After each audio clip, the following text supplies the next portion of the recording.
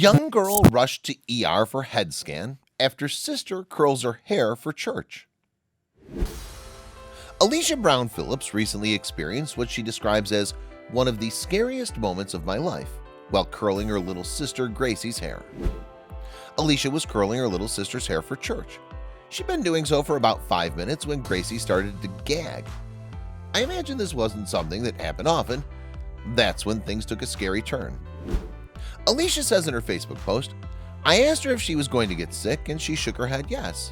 I get my little daughters out of the bathroom and start to hold her hair up for her as she leans over the toilet.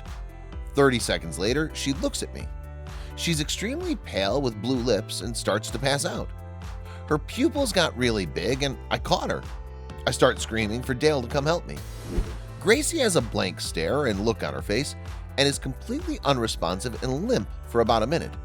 Her hands were also shaking, very seizure-like. She then comes back and says she feels much better. She says she remembers hearing us talk but couldn't see us. I was crying. She was very confused. My mom and dad rushed to my house and a few hours in Children's Hospital, an EKG and a head scan later, she's fine.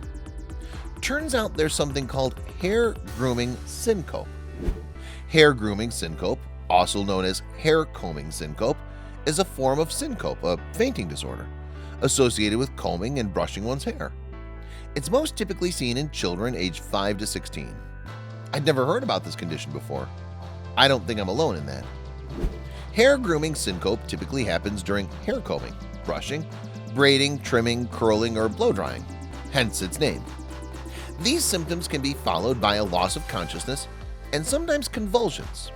According to Wikipedia, migraines, abdominal pain, feeling funny or blurred vision may also occur before or after seizures.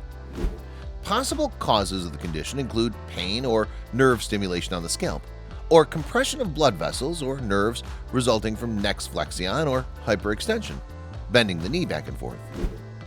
A 2009 study identified 111 pediatric cases of hair grooming syncope in the United States, almost 3/4 of which were in female patients. That study found that the condition is most associated with hair cutting in males and brushing in females. That means it's quite rare for this to happen, but it does happen. Alicia was told, if Gracie ever starts to feel nauseous or lightheaded while getting her hair brushed, to sit down and take a break. They wanted to put this message out there for others to see.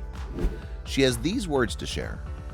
If a kid ever complains of their belly hurting or feeling lightheaded while they're getting their hair done, make sure they take a seat and keep a close eye on them.